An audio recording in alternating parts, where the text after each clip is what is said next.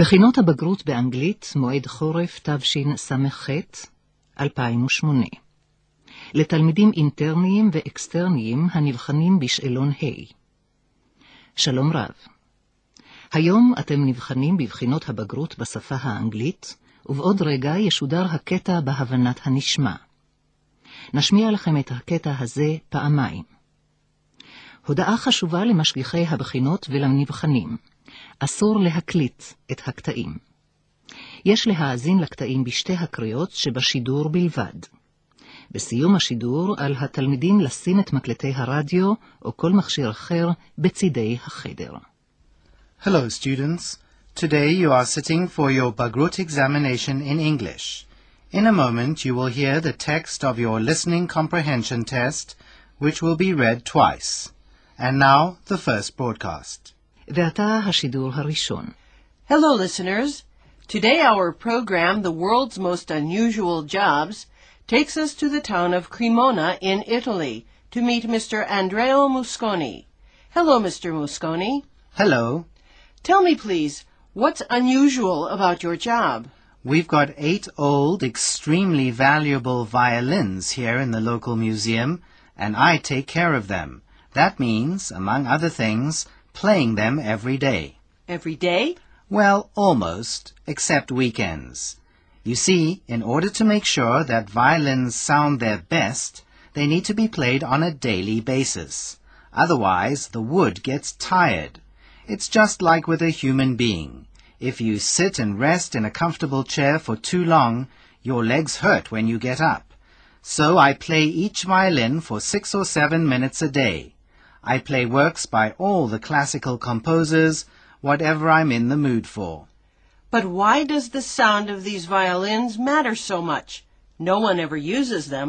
Because the sound is precisely what makes the violin so special, and our main goal here at the museum is to preserve the quality of that sound. Without it, the violins would lose their great value, and Cremona would lose much of its cultural history. You see, hundreds of years ago, the town was home to some of the greatest violin makers in the world.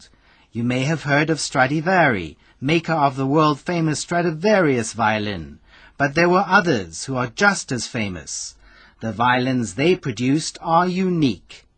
Experts believe that their perfection has to do with the type of wood the violin makers used, and their special methods of shaping the violins. In any case, no one has been able to reproduce the sound of Cremona violins. The Americans tried, and the Japanese and the Russians, but they didn't even come close. You are obviously very proud of these violins. Which of them is your favorite? How can I answer that? It's as if you ask me which of my 3 children I prefer. They are all equally important to me, and each one gets the same attention. I make sure that the air is humid enough so that the instruments don't dry out, and every night I wrap them in soft cotton cloth and store them in their glass boxes. This must be the only place in the world where violins are treated this way. I imagine you're right. So tell me, what made you choose this profession? I was born in Cremona, and that explains a lot. You just pick up the love for great music and great instruments from a very young age. I started playing the violin at the age of 9, and when I got older, I left Cremona and spent several years playing the violin in an Australian orchestra. But I returned to my hometown when I realized I wasn't ever going to be a great performer. You see, I firmly believe that you should not play great music unless you do it extremely well. But I still had a passion for violins, so I was delighted when the museum offered me this job. And I'm sure the museum is delighted you accepted. Thank you, Mr. Mosconi, for being with us today. This ends our program. Goodbye. זה היה השידור הראשון.